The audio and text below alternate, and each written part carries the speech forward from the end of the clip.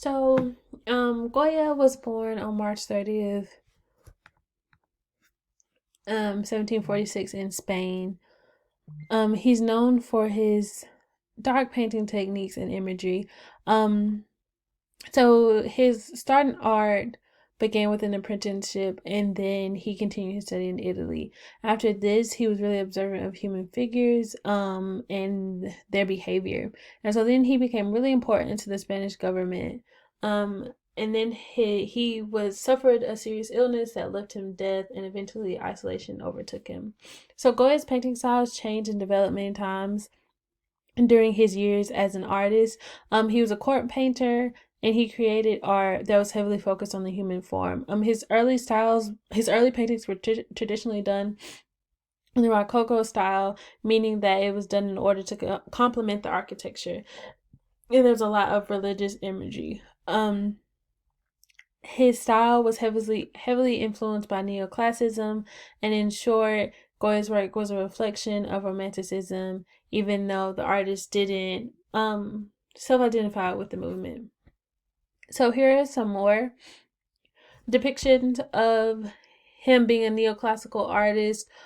He shares the traits of the sharp edges, the clothes that the people are wearing, just the delicacy, and also the bright primary colors. So Goya and war is really important.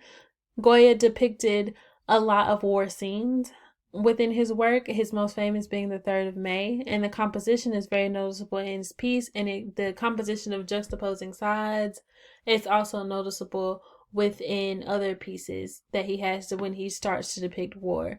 So his use of color and value is also important, and with shadows and also the depth and gruesome. So it's important to note also his brush marks and brush strokes, as they have clearly changed from earlier paintings, as these are more harsh than before. So speaking of harsh brushstrokes, the Black Series paintings, which happen to be my favorite paintings by Goya, are very stylistic. They have dark, gruesome themes that reflect his mental state and his outlook on the world. He abandoned the city life and created these paintings in a house called the Villa of the Death Man. Here are some more of those paintings here. I decided to talk about this painting because it's important to me to evaluate how his mental state has affected his work in his later years. So it alludes to the story of Saturn and how Saturn was told that one of his children would dethrone him. So he ate them, and Jupiter escaped and dethrones him. And so my question is, why does Goya choose to depict this tale in such a horrifying manner? Does it allude to his state and how he just can't seem to win, and his fate, his ultimately his own faith?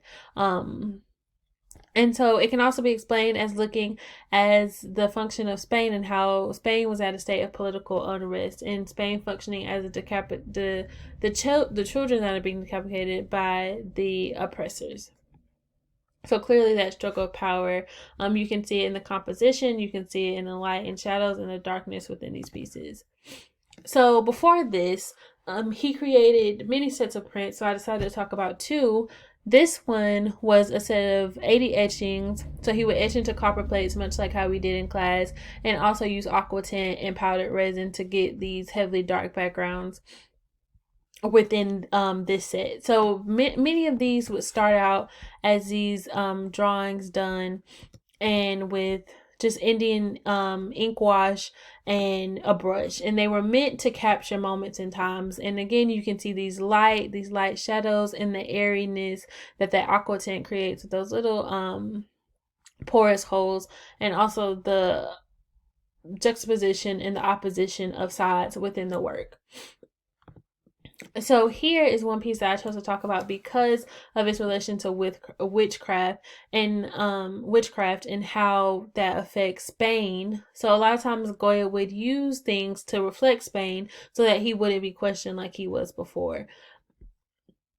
So in these paintings, you have also this nice halo that happens that you see in a lot of his paintings. The idea of chiaroscuro and that idea of affecting the light and how it's affecting different elements within the work, and also the composition of this painting, how crowded it is. So next you have the disasters of war. Again, these are 82 etchings that showed the violence in his imagery and what he thought war to be and the effects of war. So you can see heavy use of aquatint and also a lot of dry etching. I chose to talk about this piece because again you see that halo that he has created and his use of line and composition also. This heavily focused corner over here, but yet this corner is still so busy with his use of line and his style of working in composition. So you see that he has clearly allowed some pieces to stay in lighter dark for longer than other pieces so that the acid could bite down into the plate more, which is something that he understood very clearly. So that's really important to evaluate when looking at his work is his line and his use of aquatint and dry point etching into plates. Because if you think about it, that the act of doing that is very violent and also is the act of war. So I believe he wanted to portray that. So why was Goya's work so important? So Goya's work was important because of duality, because of his ability to take these images and create ways to reflect Spain and what he was going through during that time in his mental state. So it's important to look at his composition and his use of line. And so he took what he saw and he put it on paper. He questioned everyday humans and their actions and morality, and just like I said, those moments and times that he tried to capture and how people interact with each other as from his early years. So it's important to note his contribute to the romantic area and how artists are able to look at his techniques and be influenced by his use of brush strokes and color.